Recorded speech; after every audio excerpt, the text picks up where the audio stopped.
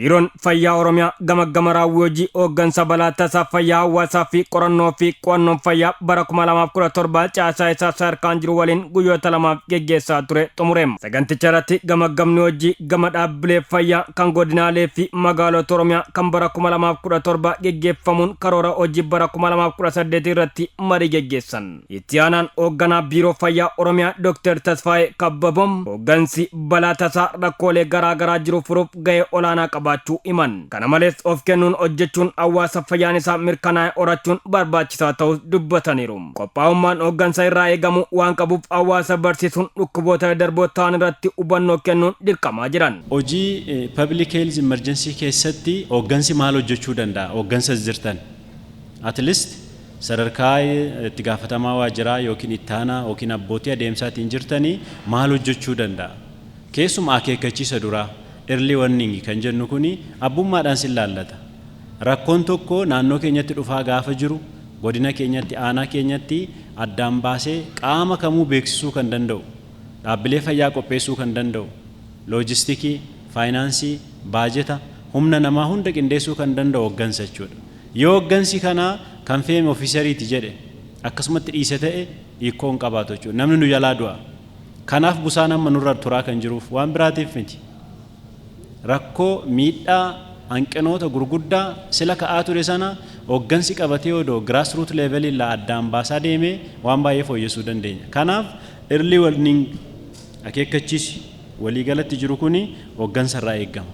Kana malees qorannoo yeroodhaa gara yerootti gaggeessuun bu'aa argamsiisuun hawaasaaf deebii kennuun qindoomina uumuun akka barbaachisu himaniiru. Rakkoo hawaasaa furuudhaan, rakkoo dhaabbata tokkoo furuudhaan, aanaa tokkoo godina tokkoo furuudhaan biyyi kun jijjiiramuu dandeessi. Ood waan ta'e waan dubbii kuffisu, waan dubbii gara biraatti jijjiiru namni yaada kaasuu danda'a. Kan odoo hin taane akkamitti gabaasi keenya sirrii ta'a, ragaan keenya sirrii ta'a, qaamni hunduutti fayyadamuu danda'a. Akkamitti dhiyeessina kan jennu feema ofiisaroonni keenya sirriitti fudhachuu waan qabdanii fi hoggansaa wajjin laaltan gaarii jedhee laadha. Sarveelaansiin kana duwwaadhaan hin dhumu hedduudha sababii ta'eef. Inni gara biraa balaawwan adda addaa nutti dhufe, awutbireekiin nutti dhufe. Startool kan jenne, Viiraam kan jenne, EPRP kan jenne, qophaa'ina kan jenne waamnu. Piilaarii guddaan preparedness jalatti ilaalamu kuni sirriitti ilaaluu danda'uu qabna.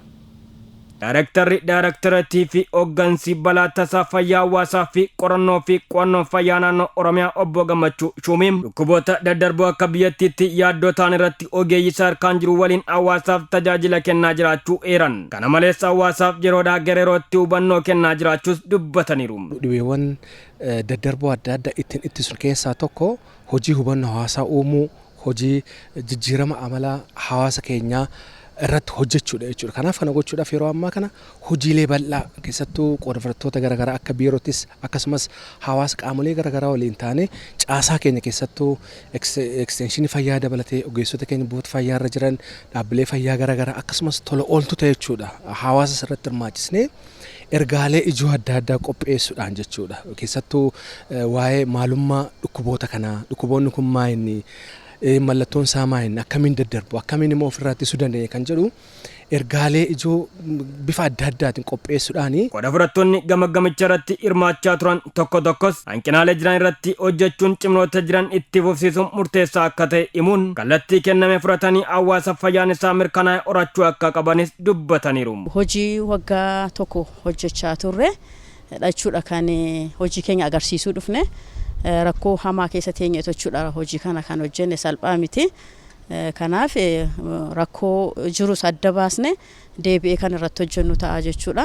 Qindoominni aanota biraa irraa gamaggama kana irraa fudhataa jirullee wanta akka lesson learned yookaan bu'aa irraa muuxannoo fudhanne bal'aan ni jira. Akkasumas kana cinaatti sirna kana hojii irra oolchuudhaaf hojii sirneessuun sirna qulqullina ragaa yookaan digitalization hojii irra oolchuun wantoota lesson learned yookaan asirratti baranne tokko keessa bu'aa ta'uu isaa ilaallee gara keenyatti illee hojiiwwan akka gamaggama kana irraa waan argan gara hojiitti jijjiiruudhaaf qophii guutuu kan fudhannee deemuu isaa.